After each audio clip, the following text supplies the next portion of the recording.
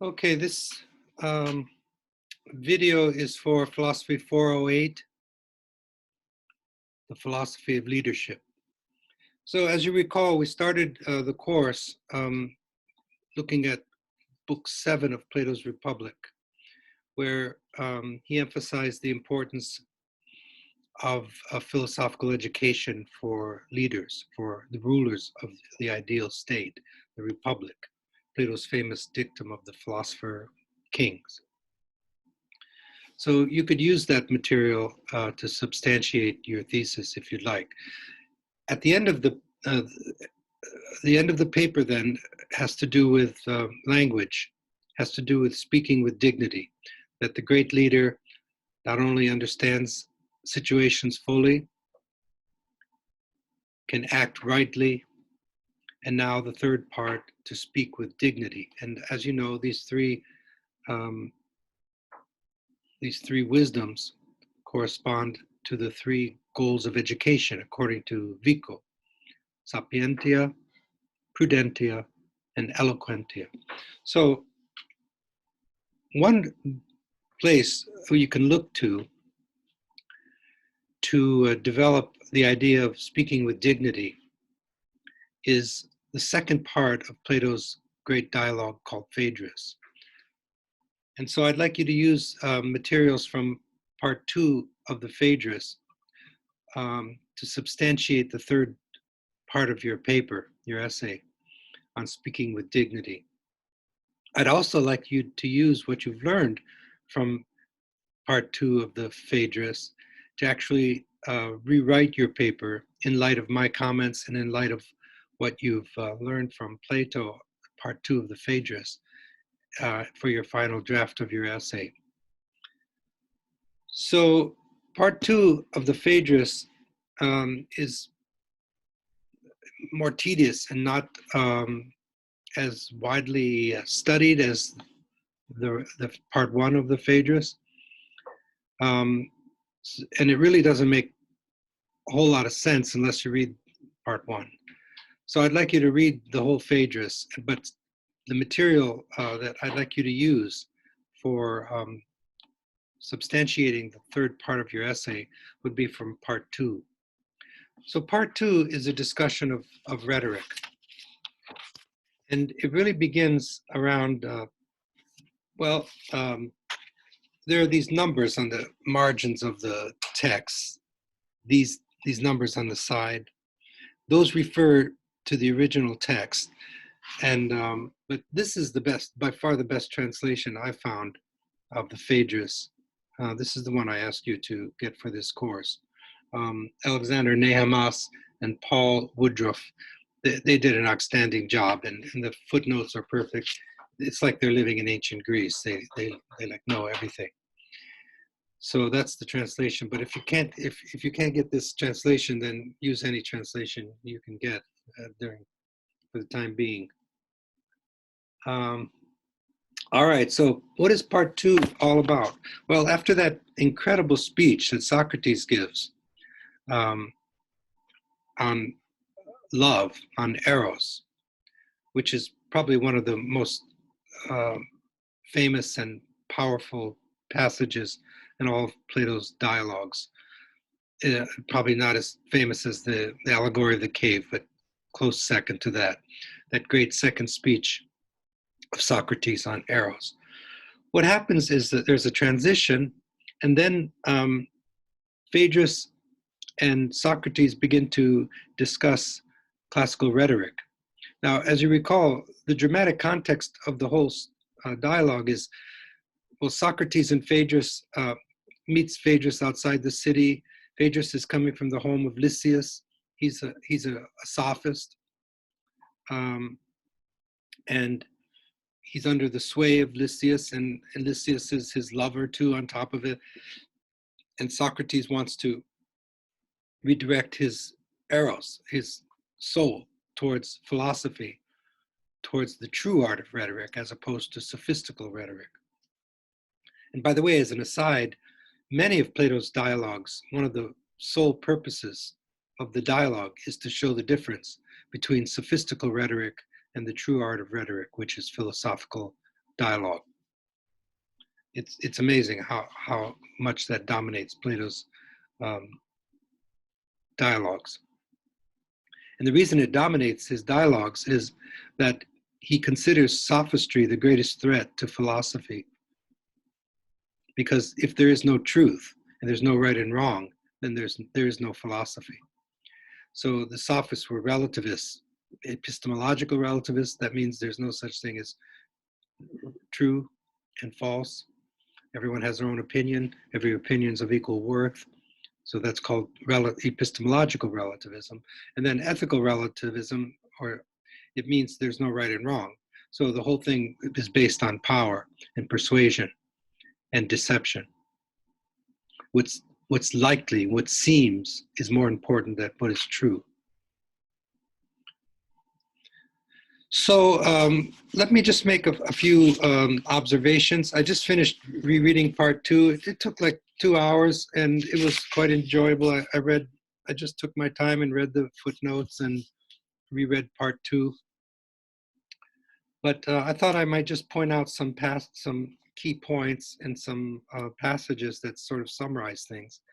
But there's plenty there to substantiate a thesis for the importance of a philosophical approach to rhetoric. So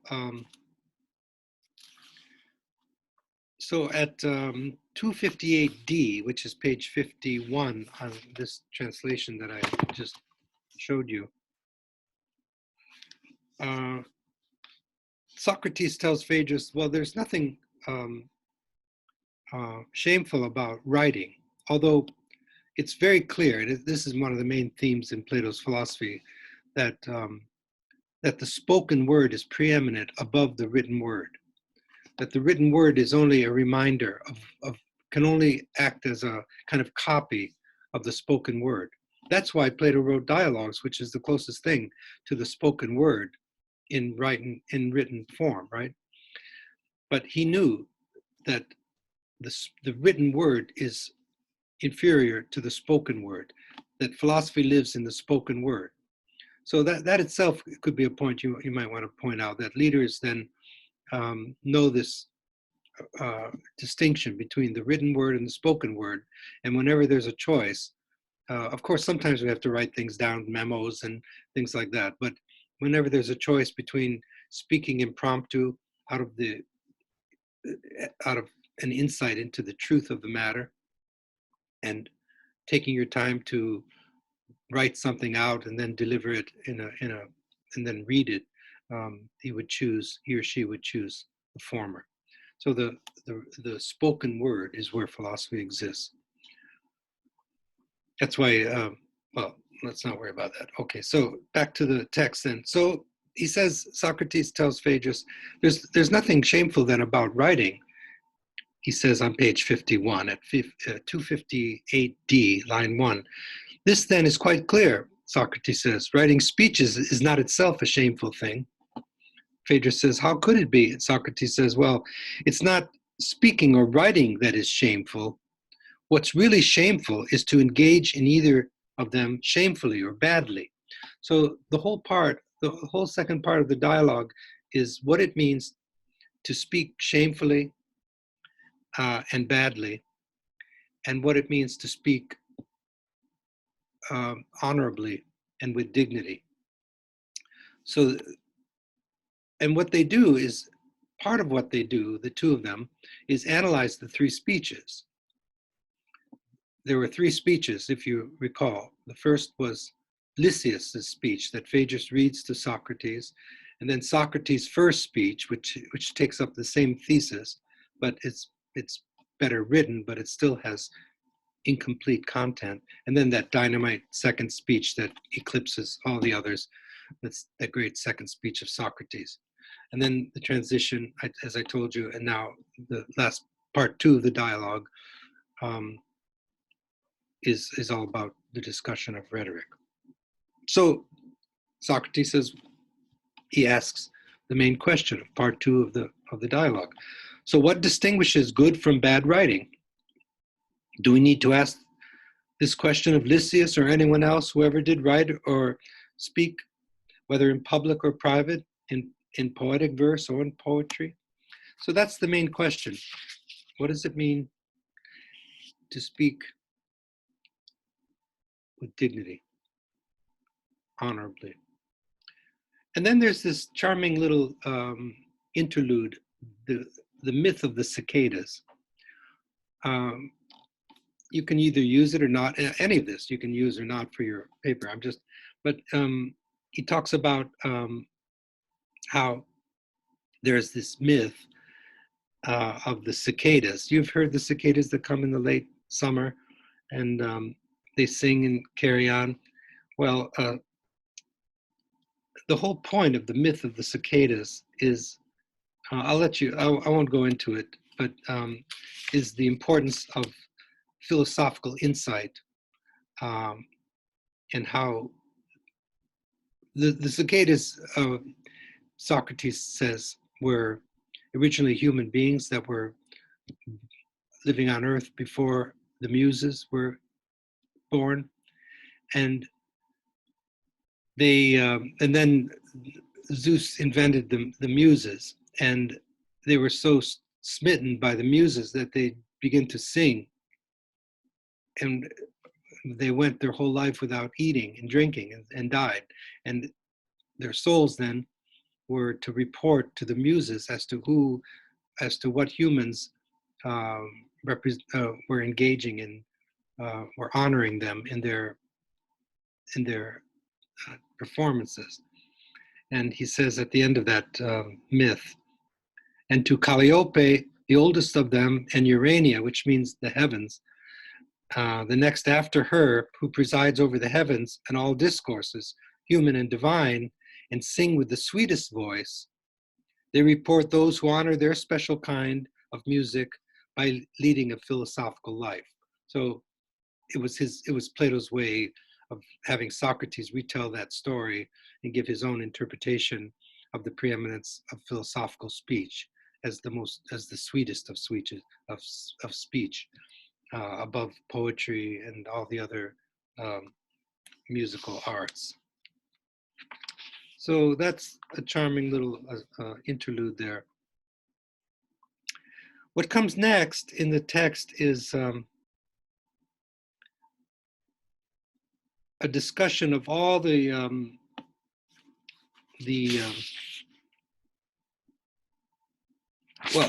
what comes next is the importance of insight into the soul, because eloquence, or as perhaps what you want to speak of as eloquentia, or speaking with dignity, the importance of a leader to speak with dignity.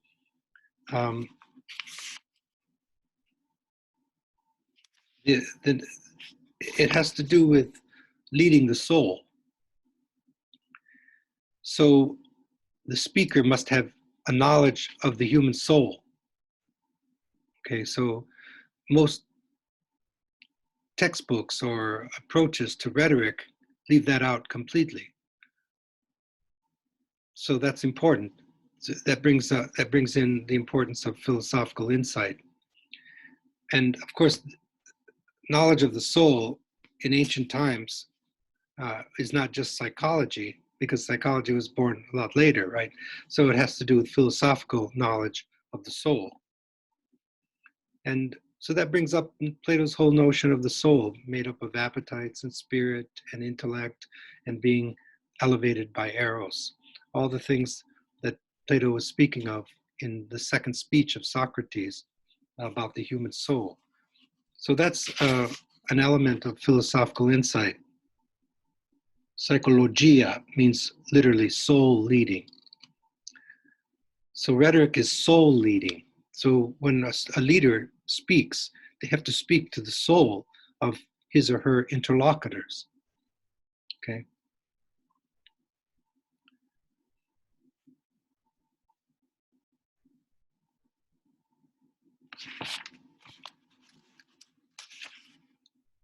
And then there's a discussion around 262a about deception. And the idea is that sophistical rhetoric aims at persuasion only. And so deception becomes an important element. So it's not what's true or false or what's good and right and wrong. What matters is what's likely. That's why some lawyers, even today, if they had to choose between, in convincing a jury, if they have to choose between what's most likely and what is true, they choose what's most likely to influence the jury. But Plato is arguing against that. There has to be at the center knowledge of the truth. So there's an extended discussion of deception there and what it takes to be deceptive. And then he makes a distinction between when someone speaks, there are certain terms that everyone can agree upon, like iron or silver or simple nouns. And there are other things that are open to interpretation that are more key ideas, like just or good or what's the best course of action and so on. And it's there in these ultimate ideas like justice and what is good. It's there that there can be a plurality of interpretations. And so it's a continuation of the discussion of deception. It has to do with the main point of that is that in a speech that is well written and good, the key terms need to be defined. That was one of the weaknesses of Phaedrus's, Lysias's speech. The key terms kept slipping around. So not all terms need to be defined, but the key terms need to be defined. You have to say what you mean by this or that. And this could be an element of a leader's speech too, when he or she is addressing people and pointing out a course of action that he finds most favorable. The key ideas need to be defined.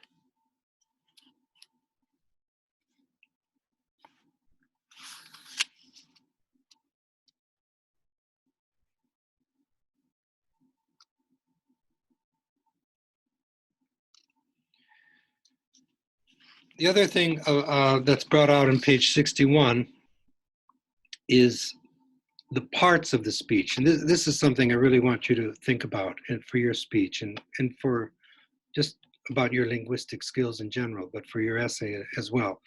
The parts of a paper need to fit together well. And he uses the analogy of a human body. So the parts of a body, every speech must be put together like a living creature, Socrates says, with a body of its own. It must be neither without head nor without legs, and it must have a middle and extremities that are fitting both to one another and to the work as a whole. So I use the word integrity. The parts must fit together nicely. That's why I was asking you to write some transition between the three parts of the body of your speech. And there should be an introduction and some kind of recapitulation at the end of your speech. And it should, the way a human body all fits together, works together, the speech should have that kind of integrity. I've been reading, undergraduate papers for now 34 years, or longer if I include my time at Penn State when I was a teaching fellow there. And then those 2 years I taught before getting my position here. So it's been close to 40 years. I've been reading papers, and the greatest weakness, if I had to pinpoint the weakness that kept recurring in these papers that I've been reading for over 40 years, is the lack of integrity. Not only each paragraph should hold together, but the paragraphs themselves should fit together. Okay, and so Plato gives you an example of that in Phaedrus's in Lysias's speech that Phaedrus reads. The parts are just sort of put together at random. You can't just say something out of the blue. That what you say needs to follow with some kind of necessity from what came before. And then, so like time, one philosopher said the present is haunted by the past and pregnant with the future. So every sentence should be haunted by the past and pregnant with the future. And that's how time moves. And that's the way your speech should move. Okay. So what was said before should give birth to what you're saying now. And what you're saying now should anticipate to some degree what you're going to say. And so it should fit together in a natural way. It's one of the great elements of all great art. Great art looks natural. The artist artificially makes an artwork, but then you look at it and it looks like nature made it. So the whole thing should fit together. So that's an important point on page 62. He says it quite succinctly at 264c. Socrates tells that to be Phaedrus, and he replies, how could it be otherwise? Let's see, the next important thing I pointed out.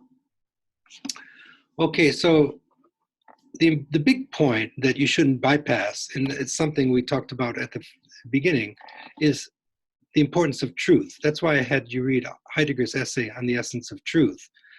The main thing is that we speak the truth and the whole truth. So how is it possible to bespeak the truth?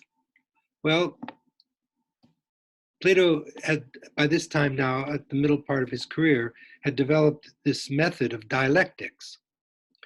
And dialectics is philosophical speech that raises an ultimate question and then divides that idea into parts. So it needs to see what elements belong together, so it creates whole, and then it needs to separate things into parts. And he calls that dialectic on page 64, at 264. The first consists in seeing together things that are scattered about everywhere. So the one who speaks with dignity needs to have ingenuity, the ability to see similarities in disparate things. Okay, that's why one of the reasons I had you perhaps take a look at Guicciardini, and you don't have to use Guicciardini if you don't want to, but I was thinking you might use it as an extension of Aristotle. Knowledge of the past. You can look at the past, and if you have a historical knowledge of the past, then you can see how things went down then, given certain circumstances. And then if you come upon something that has similar circumstances, then you have a better sense of the probability of how things would go. Because making decisions in deliberation, we're in the realm of probability. As Aristotle says, we're dealing with things that are variable. So we're not in the realm of certainty when you're making decisions about how things are to go. But you have to choose a course of action if you're a leader. So now you're in the realm of probability. So knowledge of the past then is important. Well, for that, you need ingenuity to see similarities in disparate things. What Socrates is talking about here on page 64 is part of the function of dialectic is to see how scattered different things really, they may have different names and different manifestations, different permutations, but in their essence, they're the same. So you have to be able to develop ingenuity to see similarity in disparate things so that you can see how things belong together.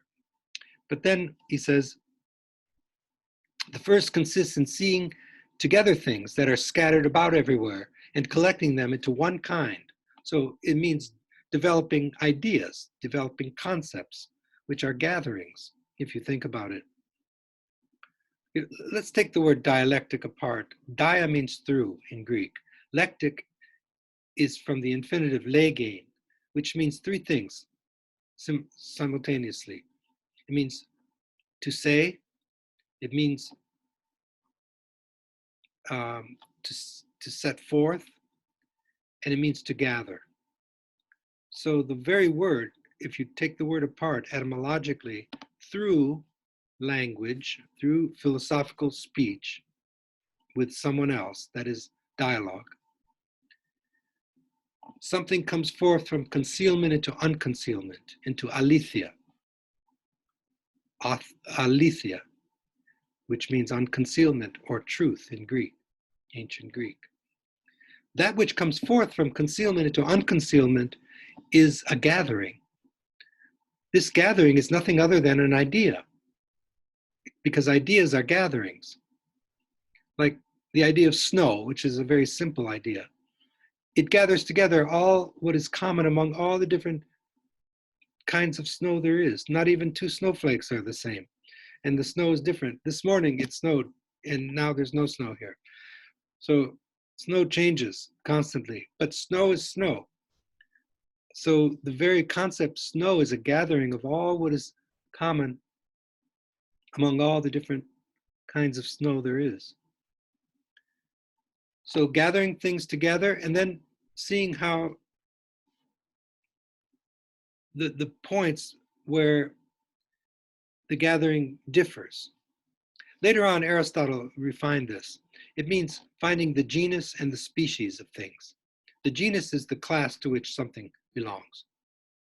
The species is how that thing differs from everything else in that class. Like, for example, if you're defining a human being, the genus for Aristotle was animal.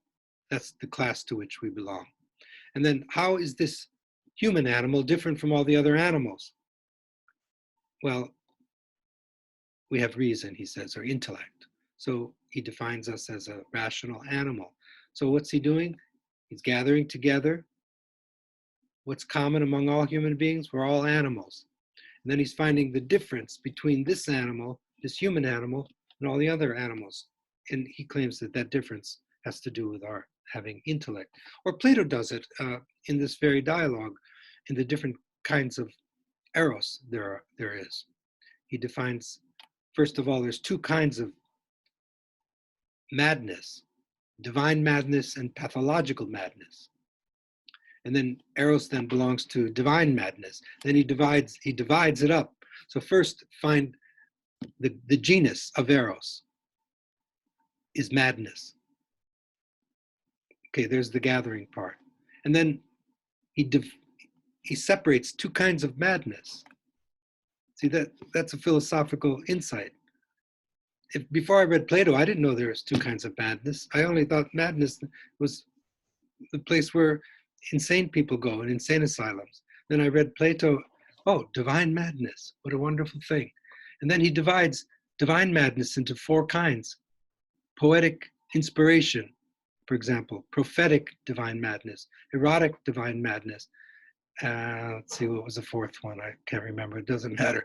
The point is, dividing and gathering, and doing that with ideas. That's the function of dialectic.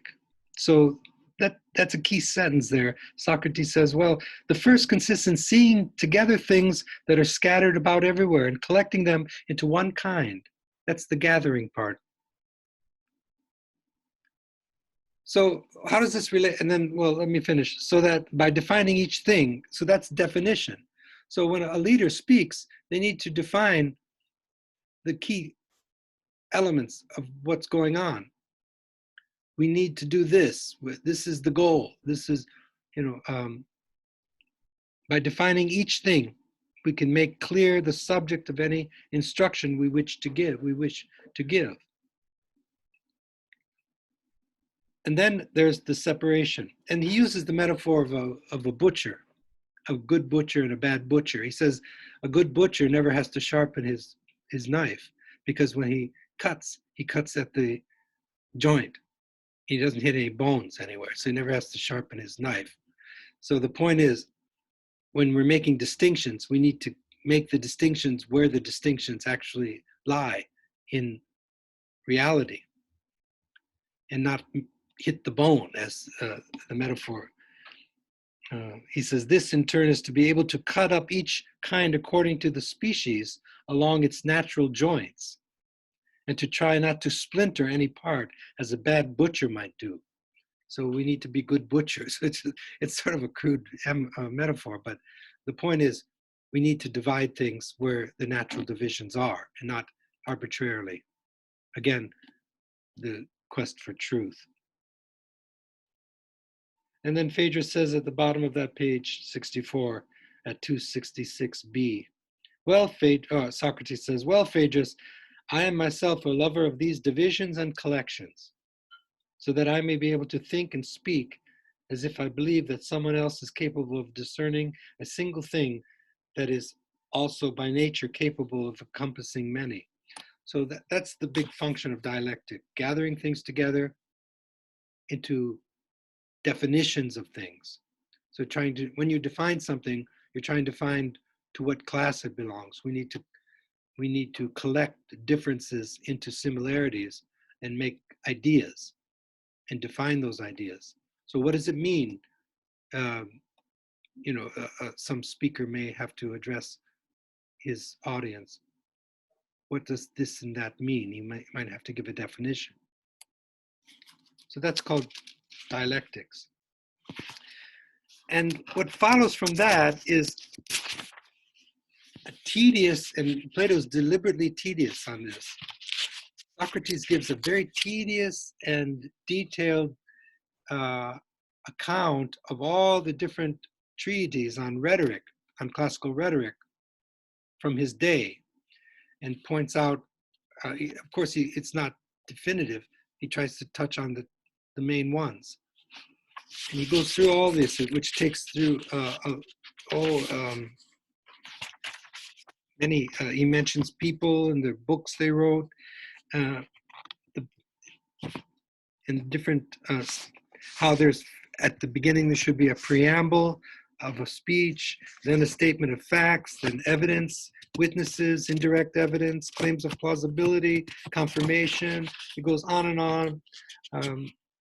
And he goes through all these different good diction, speaking in maxims, reduplication, all of this. He does a kind of literature review of the main books of classical rhetoric, and he does that deliberately to show, here, you shouldn't bypass this, at page 68.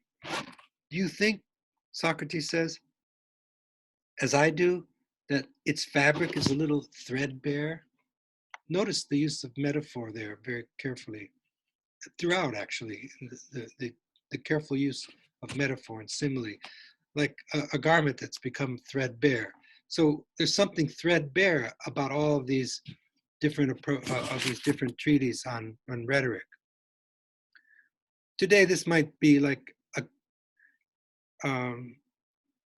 one studying rhetoric from only from English class, like studying grammar and metaphor and the different techniques that could be used in rhetoric. He doesn't disclaim these. It's good to know all this, but he says they're all just preliminaries. You need to know grammar. You need to know all these things, but that's not the essence of the whole thing. So what is the essence of the whole thing? So how does Socrates approach that? What you know is what is necessary to learn before. Oh, he gives a nice metaphor about studying music, which I've been doing a lot of during these lockdown days.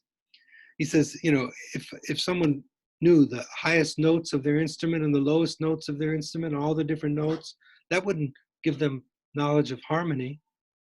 Just because you know all the notes on your instrument, there's a lot more to it than that. So he says, knowing that is only a preliminary. What you know is what is necessary to learn before you study harmony.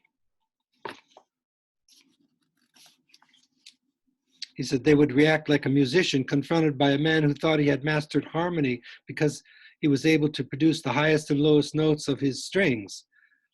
The musician would not say fiercely, "You stupid man, you are out of your mind," as befits his calling. He would speak more gently. "My friend, though that that too is necessary for an understanding harmony. Someone who has gotten as far as you may still know absolutely nothing about the subject. By the way, the study of harmony was an important um, aspect of any education in ancient times. And since I did mention that, good speech has many musical elements to it. In fact, the fact that I became a pretty good writer has to do, I think, with my study of music.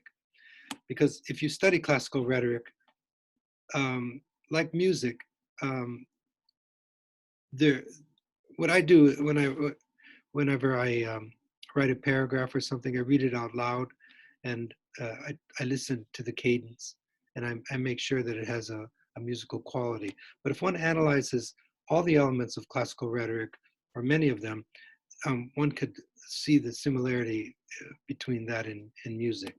But that's not what Plato's talking about here. He's just using this as an example that all these more technical approaches to the study of rhetoric are only preliminary. Um, Preliminaries. He uses metaphors from medicine. He says, just because you know how different drugs affect the body in this way or that doesn't make you a physician, for example, um, and so on and so forth. So these are all just preliminary.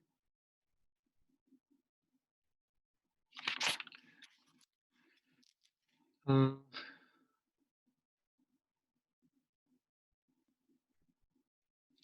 so on page 70, around 269, um, 1, 2, 3, 4, 5, something like that. Socrates says, well, Phaedrus, becoming good enough to be an accomplished competitor is probably, perhaps necessarily, like everything else. If you have a natural ability for rhetoric, you'll become a famous rhetorician, provided you supplement your ability with knowledge and practice.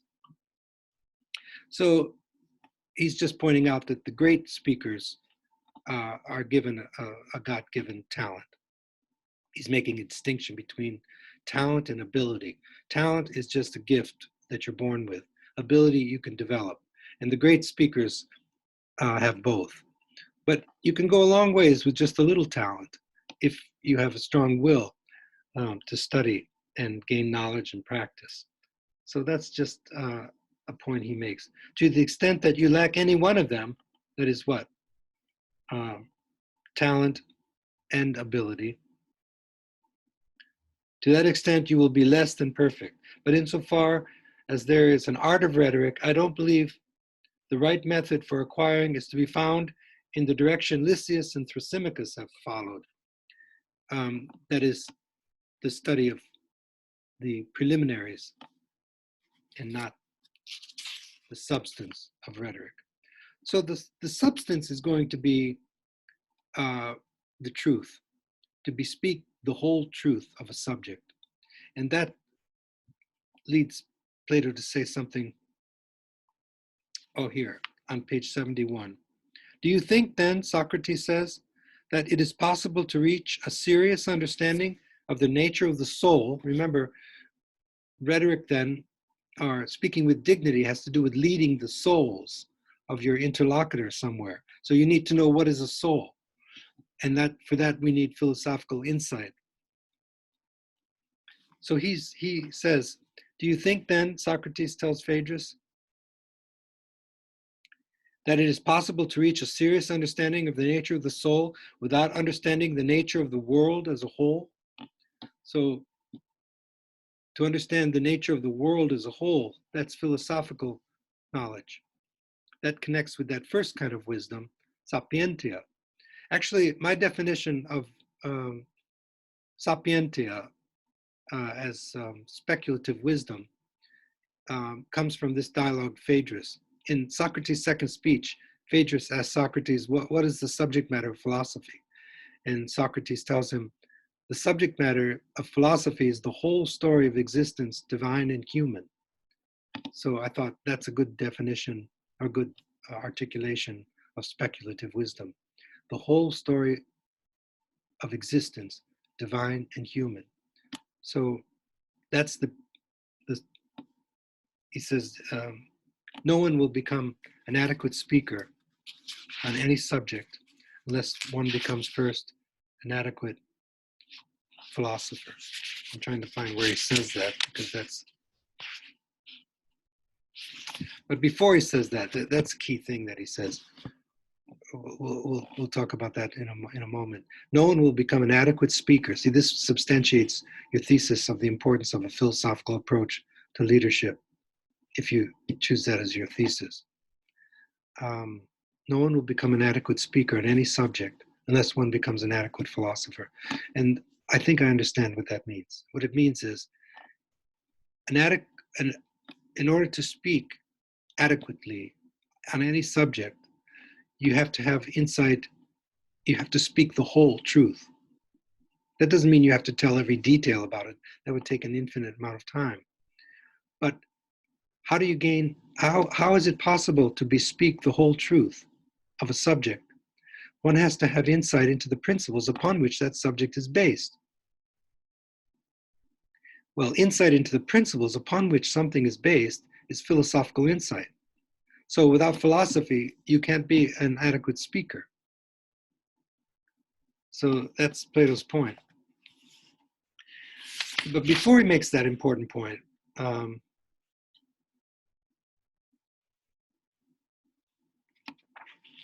he slowly leads up to this idea that there needs to be a knowledge of typology. He doesn't use the word typology. That's a word that I use.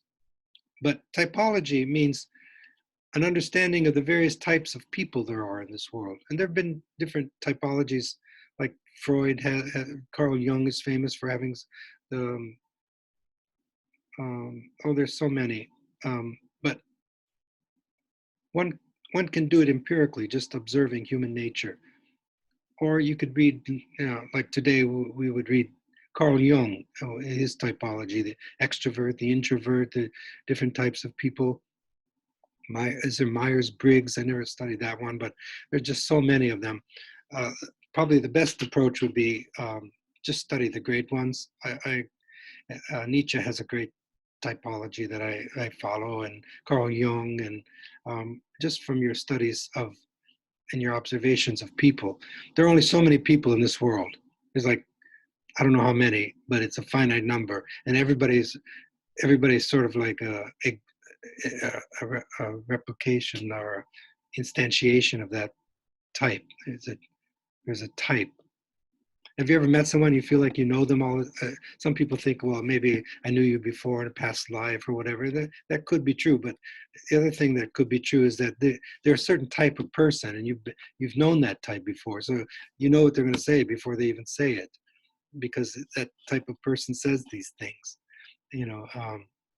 So what Plato is suggesting here, what Socrates is suggesting, is that, let me find a place where he says it. Well, he mentions three things on page 72 at 271a and following that. You explain how in virtue of its nature it acts. First, you have to have knowledge of the soul, he says, which is philosophical. Second, he will explain in virtue of its nature how it acts and is acted upon by certain things. So first you have to know what is a soul, and that takes some study. Secondly, he's talking about a philosophical approach to the human soul. Well, anything living has a soul for Plato. There's the world soul too. That's this earth has a soul. He calls it the world soul. And then anything living has a soul. And then plants and animals, humans. And then what is the human soul? And then among the human soul, there's the typology. And there are different types of people. And so you need to know what is a soul first. Second, how in virtue of its nature it acts and is acted upon. And then third, he will classify the kinds of speeches and souls there are, as well as the various ways in which they're affected, and explain what causes each. He will then coordinate each kind of soul with a kind of speech appropriate to it, and he will give instructions concerning the reasons why one kind of soul is necessarily convinced by one kind of speech, while another necessarily remains unconvinced. So being a great speaker has to do with being able to intuit the soul of your interlocutor. Great speakers are speaking to the souls of their audience, or the persons to whom they're speaking. And they know how to fashion their speech in accordance with the soul of their audience. Now, if it's an audience, there's more than one person that they're speaking to. But an audience has an ethos too. Different audiences have different souls. And one can fashion one's speech to fit the different types of souls.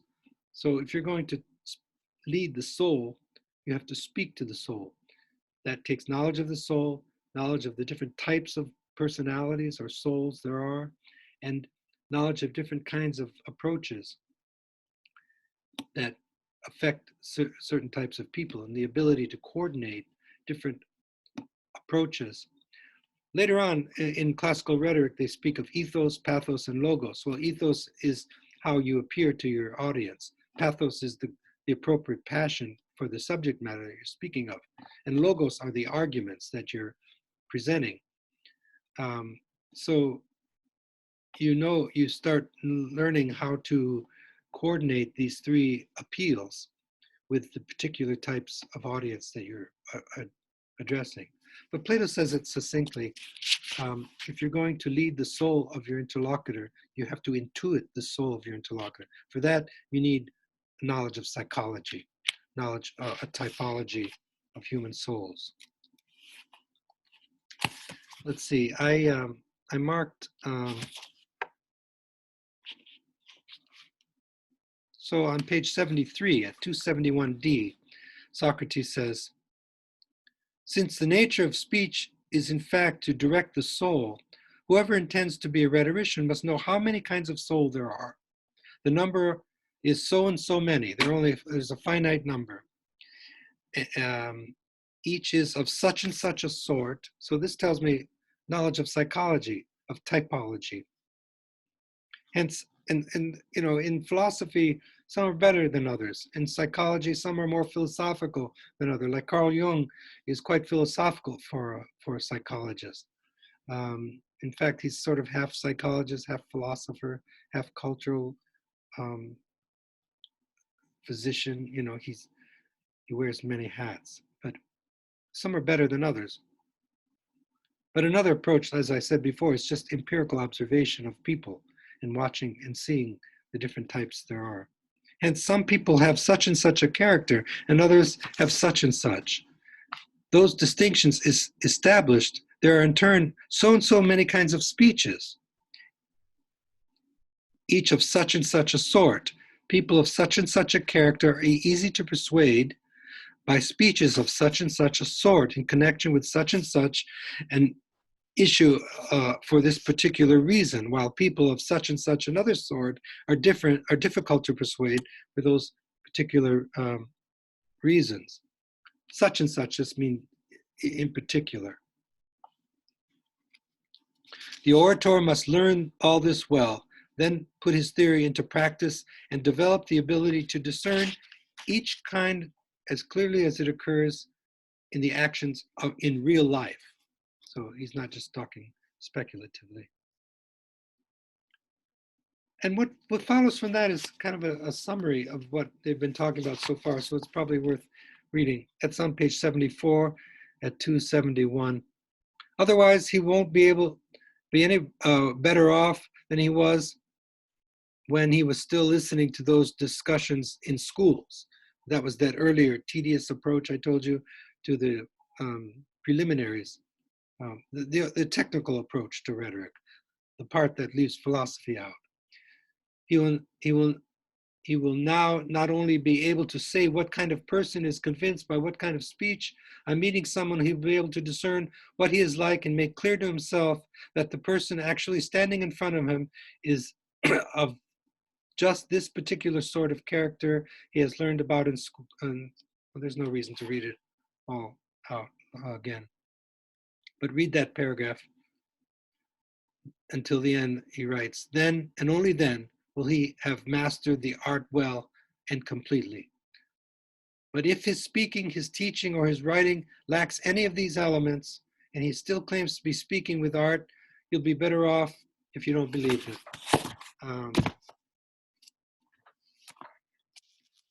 Let me see if I can find that place where he says that no one will become an adequate speaker in any subject until one becomes an adequate philosopher. Let me pinpoint it here. It's coming up, I know, somewhere.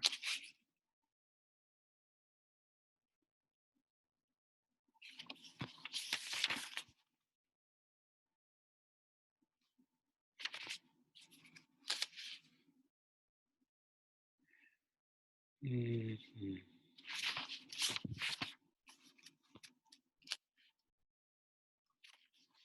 Well, I'll let you find it. I had it. It's somewhere. Let's see.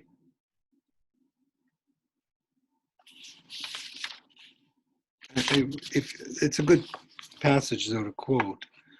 Let's see if I can find it.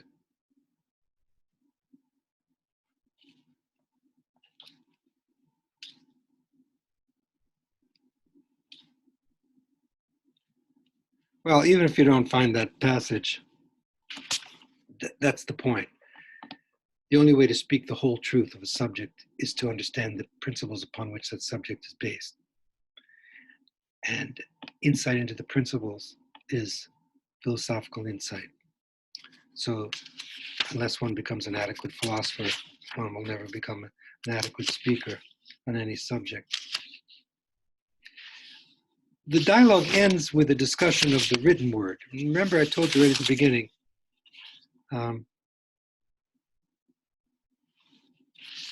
that for Plato, the spoken word is preeminent above the written word. And yet Plato writes these dialogues, right? So is he, well, you know, Socrates never wrote anything, right? And like Christ never wrote. Well, they probably wrote things, but that's not their main way of teaching. Socrates could read and write, but he never chose to use that as his way of teaching. He spoke, and Plato did the writing. But as I told you before, the closest thing to the written word, to the spoken word, is in written form, is dialogue. So that Plato wrote these dialogues. Well, he points out the reasons why the written word is inferior to the spoken word. And for one thing, it can't defend itself. It's like a painting, he says. You know, they look alive, but they don't move. And a writing is that way too. If someone contradicts it, it can't defend itself. It just has to keep saying the same thing over and over again. So, but the main thing is that the written word leads to forgetfulness. You know, as I get older, I stop writing things down because I'm trying to just keep my memory strong. Because as you get older, sometimes your memory gets weaker. Not your long-term memory. Old people can remember in detail things that happened when they were children. It's the short-term memory starts going, but memory in general starts weakening. Aren't you amazed by children who, like 3 years of idle play, they just master a language, linguistics, syntax, grammar, vocabulary, everything. It just, without studying anything, it's because that's how the mind is when you're young. So he tells this story, and whether or not it's true or not, it doesn't matter. What matters is Plato's point in telling the story. He has Socrates tell Phaedrus this story about Thalmus and the myth of Thuth, Theuth. And there's my dog, sorry. So the point is,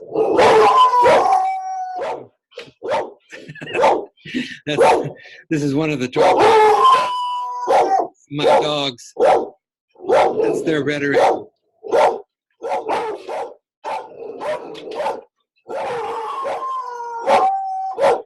We'll pass.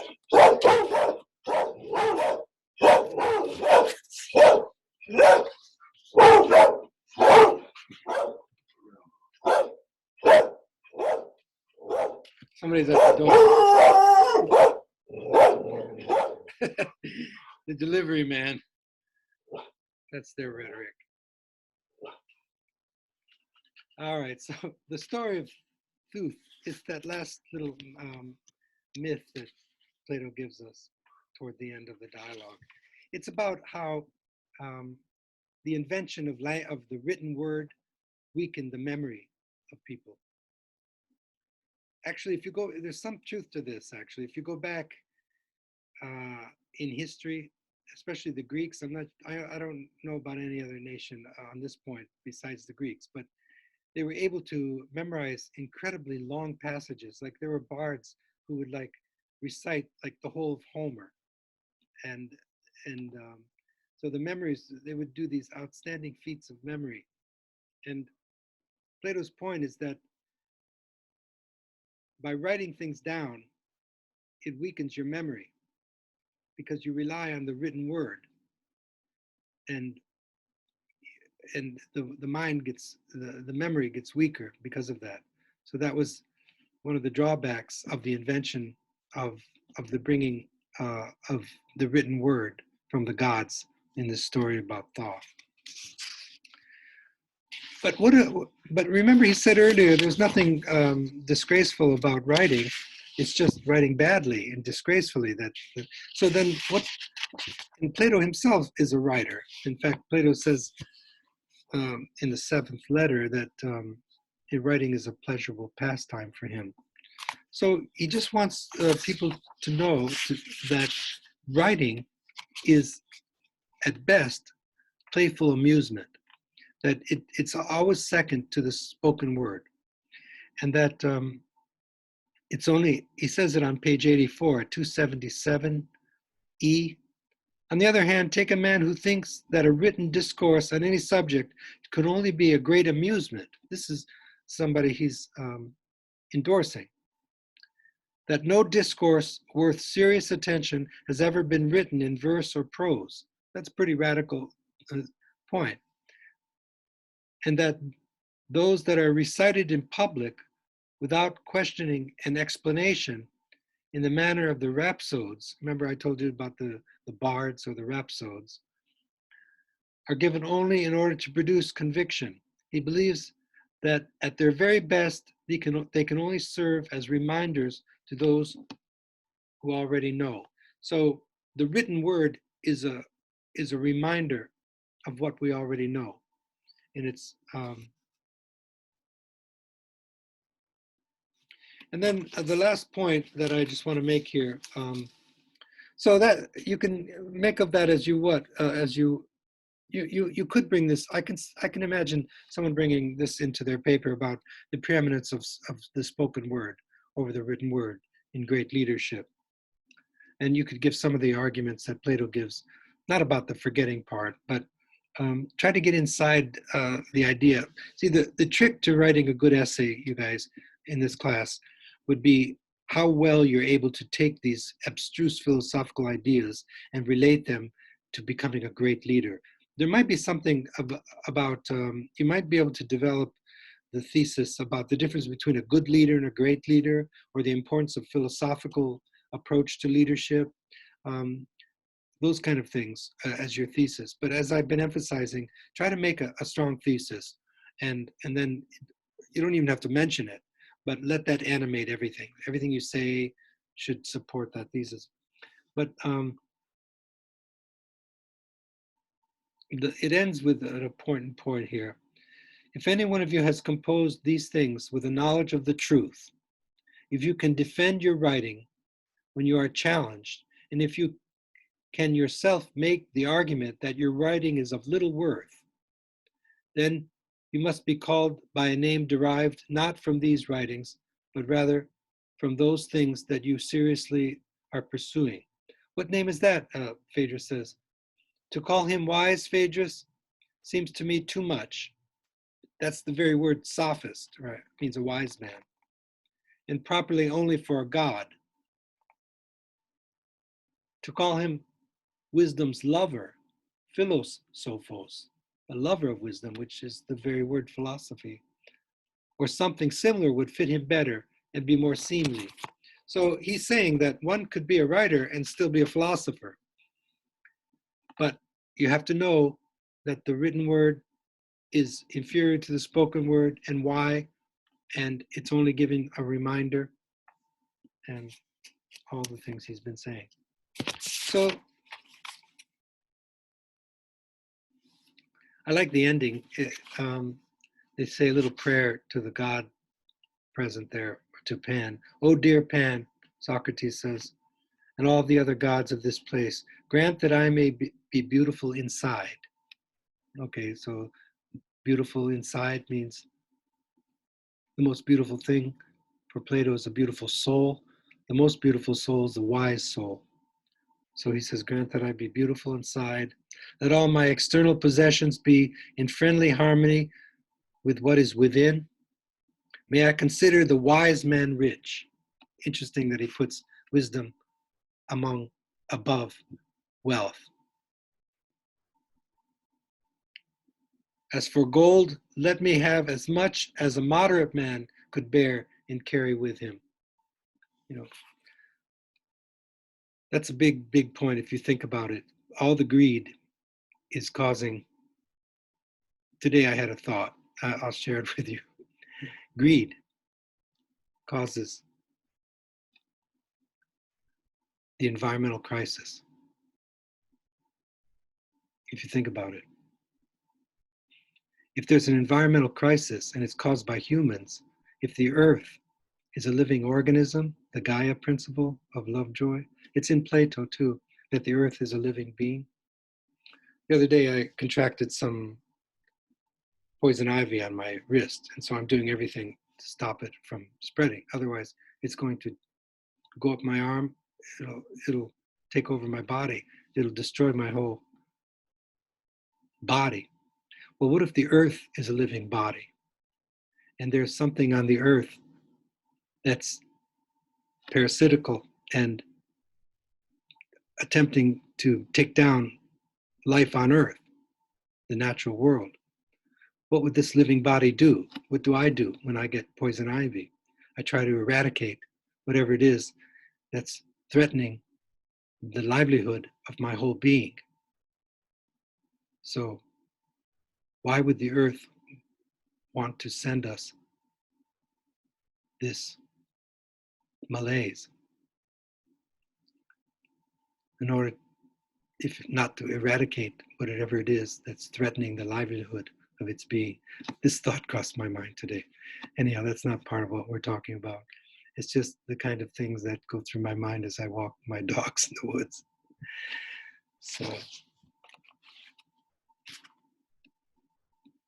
okay, so that's kind of haphazard commentary on part 2 of Plato's Phaedrus. There's a lot there that you could use for speaking with dignity, but try to make it fit to the other parts of your paper. So what I would ask you to do is the last part of your paper then, so there's 3 wisdoms: sapientia, prudentia, eloquentia. Knowing, understanding fully, acting rightly, speaking with dignity. So that third kind of wisdom is eloquentia, speaking the whole truth of a subject matter. And it's nothing other than wisdom speaking, sapienza che parla, as Vico said. So those first 2 kinds of wisdoms that you articulated, when it becomes articulate and presented in the way Plato advises, then it becomes wisdom speaking. But it has to be philosophical wisdom speaking. So that's the importance of philosophy for great leadership. All right, good luck on your papers. I'll be looking forward to reading part 3. We're getting close to the end now, so be working on this third part, and then I'll give you feedback on the third part. And some of you haven't had in the second part yet either, so I'm waiting for that. And then, you know, the last day of class is like the 17th, but I'll extend it to the finals week also. So, okay. All right. Be safe and I'm not finding it hard to be isolated. I mean, I feel bad during the crisis for other people, and I'm scared actually for myself and my loved ones, and for everyone. I feel for them. But as far as the social isolation, that's not touching me at all because I'm in playing music and engaging in. If you can engage in creative activities, I mean, when they say stay home, that doesn't mean you have to stay in your house all day long. If you go out, you can go outside. I was outside all day long doing yard work. I just walked in the woods today with my dogs. Um, you can go outside. Just don't hang out around people. You don't have to be around people. But you have to love nature and the creative activities though too. I mean, the time goes by and you're just enjoying yourself. But it is a little and you can get cabin fever real quick, I know. But you don't have to stay inside. When they say stay indoors, it just means social distance is a better way of saying it than staying indoors. You can go outside, just don't hang out close to people. All right.